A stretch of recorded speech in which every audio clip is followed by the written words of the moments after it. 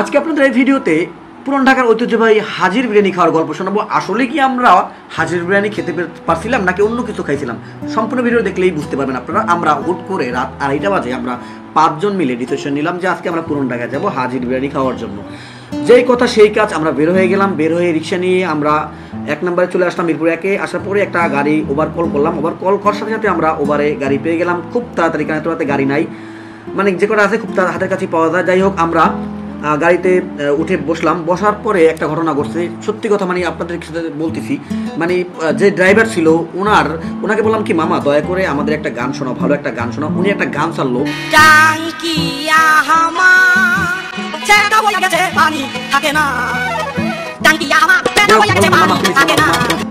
রাত 2:30 বাজে এইসব গান শোনার কোনো মুড নাই, তুমি দয়া করে একটা রোমান্টিক গান শোনাও। সে একটা গান চললো, শুনে না ইয়া মাহবুব প্লিজ ভাই, আপনাদের পাও ধরে এই গানটা বন্ধ করে একটা কষ্টের বেদনার আত্মনাদের একটা গান শোনান ভাই। অনেক গান শোনাইছেন, তারপর সে এই গানটা শোনাইলো।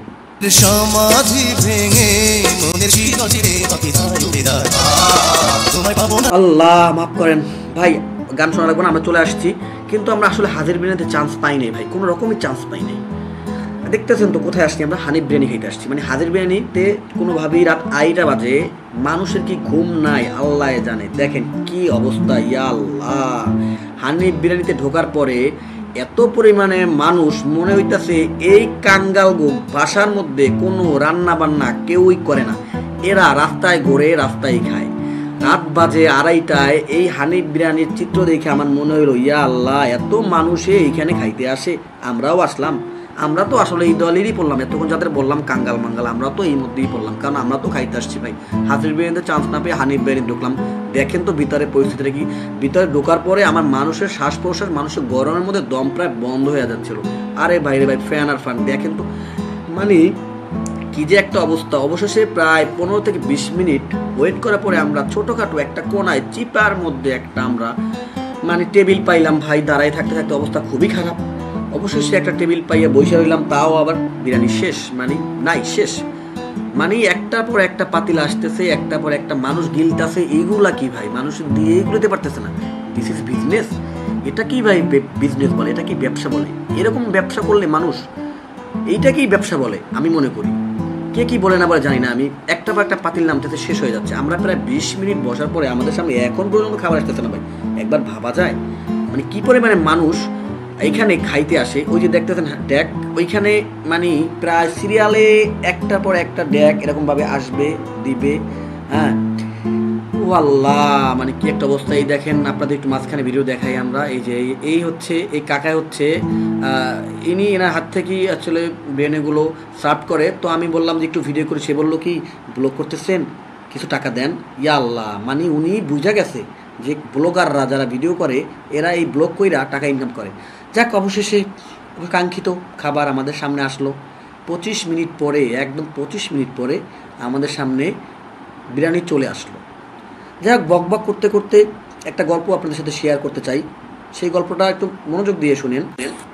আমাদের ব্যবসা হচ্ছে আমাদের ইসলাম ধর্মে হালাল করছে। আমি মনে করি, আমি ডিজার্ভ করি, আমি ভাবি যদি কোনো মানুষ সৎভাবে ব্যবসা করতে পারে তাহলে তার কখনো না খেয়ে থাকতে হবে না, কোনো দিনও না।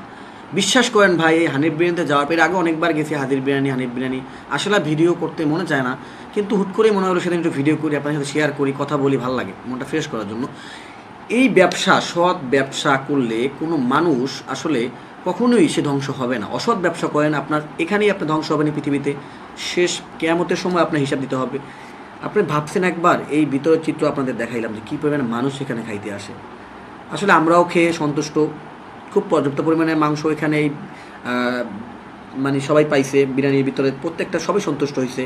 হ্যাঁ, আমিও সন্তুষ্ট হয়েছি। আসলে আমার আবার একটা রাশি আছে যে যেমন আমি যদি কোথাও খেতে যাই, কোথাও জমাত বা যেখানেই বলেন না কেন, আমি মাংস পাই না, এটা আমার কপাল। কিন্তু এখানে যেহেতু টাকা দিয়ে খেতে আসছে, অবশ্যই পেতে হবে। না পেলে তো আপনার তারা তো বকানি খাবে। যাই হোক, শেষ করলাম আমরা খাবার খেয়ে শেষ করে রাত প্রায় তখন 4টার কাছাকাছি বাজছে। 4টার পরে আমরা আবার বাসার উদ্দেশ্যে রওনা দিলাম। এই দিনকারে ঘুরতে আমাদের সত্যি সত্যি প্রায় দম বন্ধ হয়ে আসছিলো, তাই একটু বের হইলাম, ভালোই লাগলো। যাই হোক, ভিডিওটা শেষ পর্যন্ত যারা দেখছেন সবাইকে অসংখ্য ধন্যবাদ। সবাই ভালো থাকবেন, সুস্থ থাকবেন। আর একটা গান শুনতে শুনতে যান, সেই মামা শেষমেশ আর একটা গান ছাড়লো। কাঁদিস কেন মন, আমার গড়া এই জীবন ক্ষণ চলে যায় যদি কেউ বাঁধন